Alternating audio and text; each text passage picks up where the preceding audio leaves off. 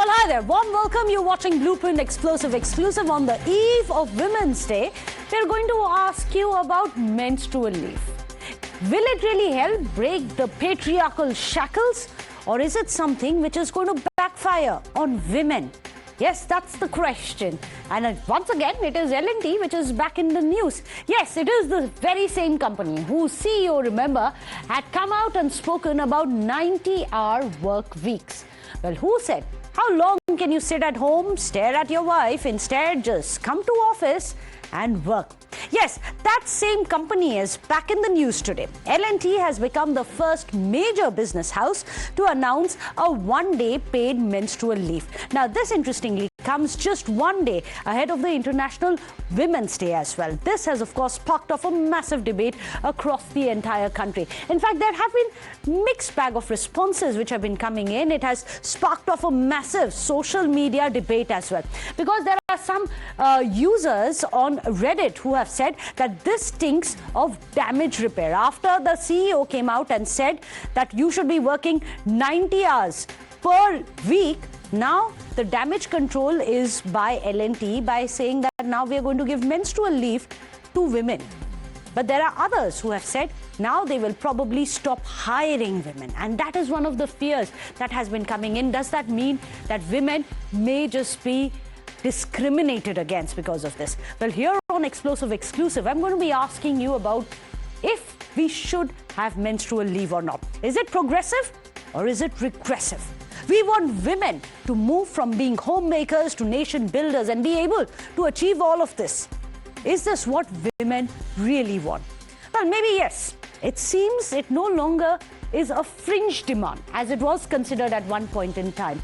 Well, sample this. In fact, you have surveys which have been coming in. In surveys, we know that this is by Naukri.com, which has covered roughly 70,000 women. So the magnitude of this entire survey is pretty large. It is 70,000 women across 50 plus cities in India. And these are the findings, as you can see on your screens. It shows that 34% of women professionals now prioritize menstrual leave over other workplace benefits. In fact, the demand seems stronger amongst early career professionals.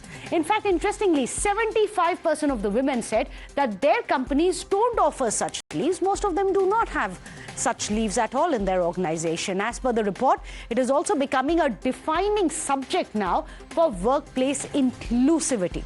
So the question is, why is it really important? Well, more than half of the menstruating women experience pain for the first or perhaps even 2 days every month. And for some, this pain can be quite severe and unbearable. There are several countries which have really shown the way when it comes to gender sensitivity, parity, and also ensuring that their workers are not in pain when they are at work. In fact, for example, you have Japan, which was one of the first countries to introduce menstrual leave. And this happened as an industrial right in 1947 itself. It had introduced. By February 2023, Spain became the first European country to pass a paid menstrual leave law, which is 3 days of paid leave, and that can be extended up to 5 days as well. There are other countries also you can see on your greens. You have Philippines, Vietnam, there's Zambia, there's Taiwan, there's Indonesia and South Korea, which have also got similar policies. And mind you, these are state policies. These are policies of their government, and these are not policies of an individual company, as it is the case in India. So let's tell you a bit about India. Bihar was the first state to offer 2 days menstrual leave per month in 1992. In 2023, you had Kerala government, which had announced a period leave for female students in higher educational institutes. Then last year, Odisha had announced 1 day of menstrual leave for private and public sector employees. Corporate sector is, of course, still far behind. Just a handful of companies offer, about 10-15 such companies are offering menstrual leave. And these are some of the companies which are leading by example. You have L&T, you have Swiggy, Zomato, you have Orient Electric, and so on and so forth. You have some of those names there.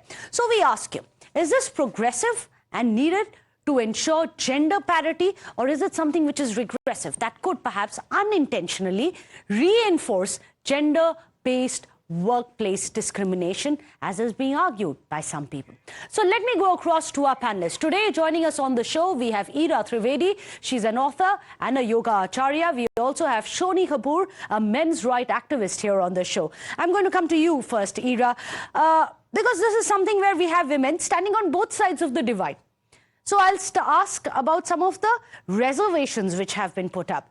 That if women are given 1 day menstrual leave a month, which essentially comes to about 12 extra paid leaves in a year, it may disincentivize companies from hiring them. Will women actually face the brunt for this?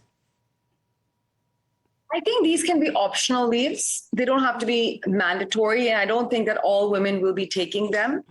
I think if women are smart enough to realize when they need to take leaves and when they don't need to take leaves, when an employer hires someone, they hire them with that knowledge and with that trust that they will do what's best for the job. So, for example, if you have your period and you're in immense pain, then, and there's, it's absolutely okay for you to maybe skip that day, make up your work for the next couple of days, and it's possible. So I do think that these can be optional leaves. If there is a condition where you have to take them, you can take them. And that's the way that it should be. There's a facility to be able to take them. I also feel like maybe I'm just looking at it from a company's perspective. If maybe they want to take leaves on specific days and in other days they can make up for them, like certain Sundays they can make up for them, or certain other holidays they can make up for them, or maybe they can be their other paid leaves, which they can work with. So I do think there needs to be an attitude of sympathy in corporate life towards women's menstrual cycles. And let me also tell you this, that there's many studies that have proven that if women take rest during their menstrual cycles and treat themselves with care during their menstrual cycle, then definitely during the rest, they'll be more energetic. They'll be, more positive during the rest of the time. So I do think that women bring a lot of talent, a lot of things that men cannot bring to the workplace. They bring certain, to operate in this world, you need both the yin and the yang. And, with the yin, there's a lot of advantage. And I do think that women's bodies are different, and they need to be just like in sport, there's women's sports, there's men's sports, because the bodies are different. So it's a great advantage for companies to treat women in a particular way, because the performance will be better. The mental state will be better. Mental health will be better. That's a very relevant point. We have to work towards the best workplace cultures. Shoni Kapoor, would you agree that you must show sympathy at a time when your woman colleague may be facing discomfort to help out, perhaps the company or perhaps even laws from the state? So let me start by telling you some data, and the data may be shocking to everybody. In last 15-20 years, the participation of female in the workforce has actually decreased in this country. It has not increased. The latest data which I have of this is from a source Economic and Political Weekly, which says that between 2004-5 to 1920, the female participation in workforce remained static, nearly 16.6 to 16.8% in urban India, whereas it declined from 32.7 to 24% in rural India. Now you are adding one more thing to it, that the females are to be granted special leaves. That is 1 day, which L&T is saying, 2 days, 3 days, which various state governments are saying. And they also declared, all these states declared these leaves nearly close to the elections, the upcoming elections, and it was purely a vote bank politics. Another thing which I wanted to add, you said that Japan was the first one to introduce menstrual leave. It was an unpaid menstrual leave, which they introduced in 1947, and not the paid menstrual leave. So as much as I understand that there are specific requirements and there are special requirements for women on special days, menstrual days. But again, here the problem is that nobody knows whether a woman faces these problems for 1 day, 2 days, or 3 days. But Shoni Kapoor, just I'm sorry to interrupt you, but just to go back to the first point that you were making, is that there is a decline in women participation when it comes to the workflows, especially in the rural areas of India. Isn't there more of a reason to provide a working environment where they would feel perhaps more comfortable, to ensure that there is some kind of a work-life balance which is provided? So shall there be or should there be? These are not the questions which are to be asked in the environment where people work. Please understand that there are all kind of people who are employers. There are small employers, there are big employers, there are L&Ts, there are other companies also. Swiggy and Zomato was also giving work for Yes, paid they all have. employees. So please understand that in even L&T, they are giving only leave to 5,000 employees. They are not extending these leaves to their technology and finance departments. Please read the complete news item. It says that they are not providing it to the department which is related to technology and which is related to finances. In the finances. So it comes with caveats. Yeah, so these comes with caveats. So please understand that for an employer, he or she has to see that whether the employee they are hiring, they'll be on leave for 12 days, 14 days, 12 extra days a year. So that adds up to nearly half a month. They are not working. Please understand, as much as I understand that there are special requirements, we are working in an environment or in the country where such things are very difficult to percolate down. So that's an interesting point. So we can take a case specific. Also, we can look at what nature of job it is. But Ira Trivedi, perhaps there are other alternatives as well, because it's very interesting. I've been reading a lot of these threads which have been coming on social media. There are women on both sides of the divide, of course, but there are those who are saying, if you don't want to give them a leave, perhaps at least look at work from home options. Maybe in sections where you have that possibility, let women be at home and work from home. At least then it doesn't come up as a leave and disincentivize them. Absolutely. I love that. I love that. I think that's a fantastic thing. And yes, absolutely. I think that this is great. And this is great. Why not? Yeah, so that could be, so we could be looking into other alternatives as well. Shoni Kapoor, what would you say should be the way forward? Can there be work from home for a factory employee? No, I specifically said where it is available. Of course, for people like me, for example, I come to a studio, it's not possible for me to be working from home. So people like me will have to be in office. People who are hands-on, but there are several other women who could be in places where they need not be in the office, physically present to do their work. So why don't you give them flexi hours?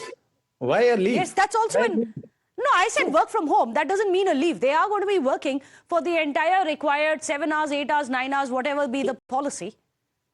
So again, you can start doing it. But let me ask you a question, that when you extend a facility to a particular set of employees, will not there be a resentment from other people? And I think now you have hit the nail on the head, Ira Trivedi. Anyone, when you speak about, in larger groups, of course, we are talking about office groups and all, there would be that section, whether they are vocal or not. For example, the men would stand up and say, well, that's unfair. It's equal pay, equal work, but why additional offs? Well, because a woman's body is different. It's the same reproductive capability which allows the woman to give birth. And, are men creating a hue and cry about maternity leave? They're not, right? Because they know that a woman needs that. So a woman's body is different. I mean, are men coming and saying, oh, why do women get maternity leave? They need to take care of the child. And it's that same reproductive system that gives birth that also has periods every month. So I feel that men have to definitely be more sensitive to a woman's body. It's a woman's body that is giving birth to ultimately their children as well. So if we don't treat that reproductive system with care, then there will be problems later on. There will be problems for couples to conceive, not just women. And we're seeing that nowadays there's so many different issues. PCOD, PCOS, infertility is on the rise. And that is also because we aren't taking care of that menstrual cycle. That menstrual cycle is a very sacred cycle. Shoni Kapoor, Closing comments, Shoni Kapoor, how would you like to respond to that? So, as much as I understand all this, that the leaves are required, what about men who face prostate-related problems as they age? They have urinary tract infections all the time when they prostate. Well, so do women, though. No. So please understand. Do you give such kind of leaves to men? If you don't, and you don't know which woman will face problems during menstrual cycle or which woman will not face menstrual pain during menstrual cycle, you are giving it completely across the board. And L&T is only doing it for 5,000 employees. Out of 60,000, they are doing only 7,000 of their workforce in L&T is actually women. So I agree with you. It's easier to make the promise. Employees. They are not doing it across the board. Please understand. Okay. So please don't make it a case study, and states where they are granting such leaves, please see what has happened to their workforce there. Right. You have to see cause and effect. You cannot just say that, yes, it's very good and we should do it. Okay, so there are positives and negatives on both sides. But of course, now questions are being asked. And tomorrow, of course, is Women's Day. This is one of the raging subjects which have been coming in. Should there be some kind of work-life balance allowed to women on count of menstrual days and the pain that they face in those days? Well, clearly, it's up for debate, and there isn't one way which is coming in, and this is a big online debate as well which has been sparked off. Perhaps not now, maybe later, maybe other steps as well we can look at. Well, for the timing, thank you so much for joining us, Ira Trivedi as well as Shoni Kapoor here on the show. With that, a short break. Don't go anywhere.